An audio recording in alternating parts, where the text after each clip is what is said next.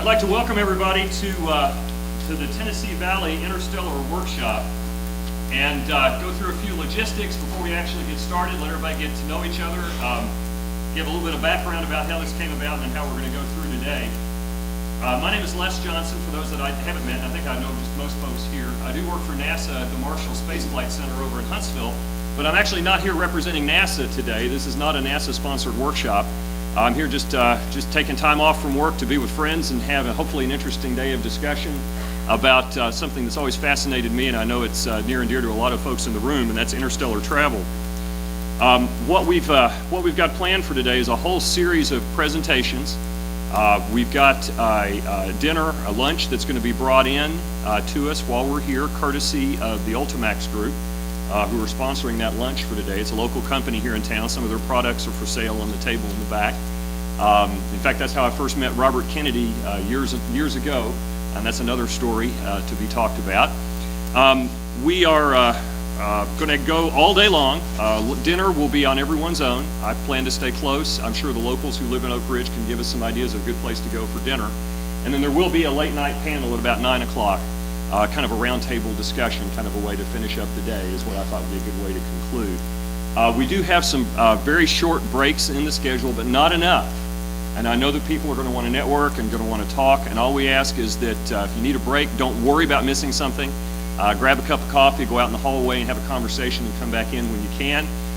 It'd just be nice if we don't all leave the room and leave a presenter here up by themselves. I think that would be rather depressing to start the day. I also want to mention that we are videotaping the presentations. We have a sign-up sheet that's over here on the side. We would ask that all of the presenters, if you don't mind being on YouTube from your presentation, to sign the release form so that we can post your presentation as a part of the workshop proceedings on YouTube at a later date. If your name's not on the sheet and you don't sign it, we will not post your presentation. So, and it's fine if you don't want it posted, don't sign the sheet. But it would also be nice if you told one of us so that we won't pester you all day long to sign the sheet. That's fine. They're going to be posted just out there for anybody who's interested to see them. I'd like to give just a quick background on the workshop. People have asked me, well, how did this happen? And why isn't this an official AIAA or American Association of Physics workshop? Well, the reason for that is pretty simple, is that we wanted to keep it small and informal, and you'll notice that the exorbitant fee that we charged to be here, I think has enabled a lot of people to be here who otherwise might not have been able to come to one of the workshops. No offense to my colleagues in AIAA or IAA or American Association of Physics or whatever professional organization. Those workshops like this tend to come with $500 to $750 cost. And I was really concerned that we would lose some of the interaction and some of the dialogue and discussion if we tried to professionalize the conference. So you get what you pay for.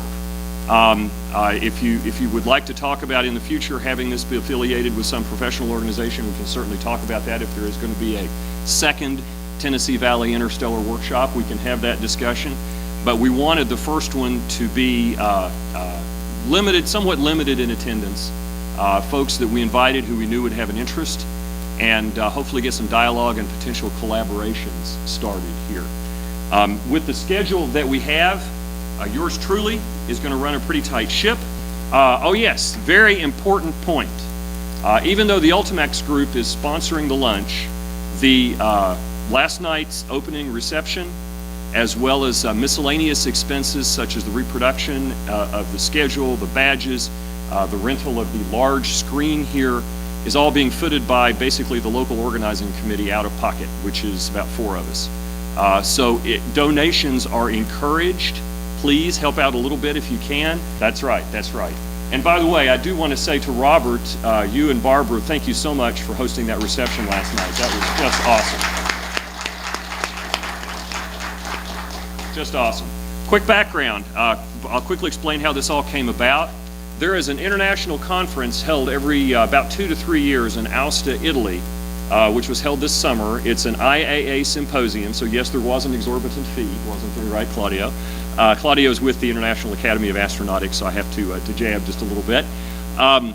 But at this conference, it's one that a few people here in the room have attended. I know Robert was there this year. Paul Gilster has attended in the past. And it is dedicated to ultra-deep space missions and interstellar travel. Some of us, I'm on the technical committee, as is Claudio. And at that workshop this summer, Robert extended the invitation to Claudio to come visit the labs and to visit Oak Ridge. As soon as he did that, we had the brainstorming idea of why don't we take advantage of our visiting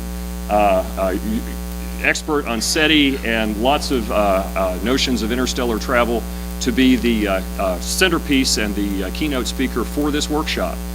So the idea for this workshop was born in July while we were in Italy. I know you feel sorry for us in the Alps, thinking about the Tennessee Valley, but that's where this was all born. This was created as an idea of, hey, why don't we have a Geek Fest and talk about interstellar travel with interested folks and our friends. I also think this is a good follow-up opportunity for the DARPA 100-Year Starship Initiative. Several folks were in Orlando for that, and I know that that was a much larger and pretty intense venue. A lot of people here may not have been able to make that. I, for one, was not able to go at the last minute, but I understand it was an awesome time. So that's how this all came about.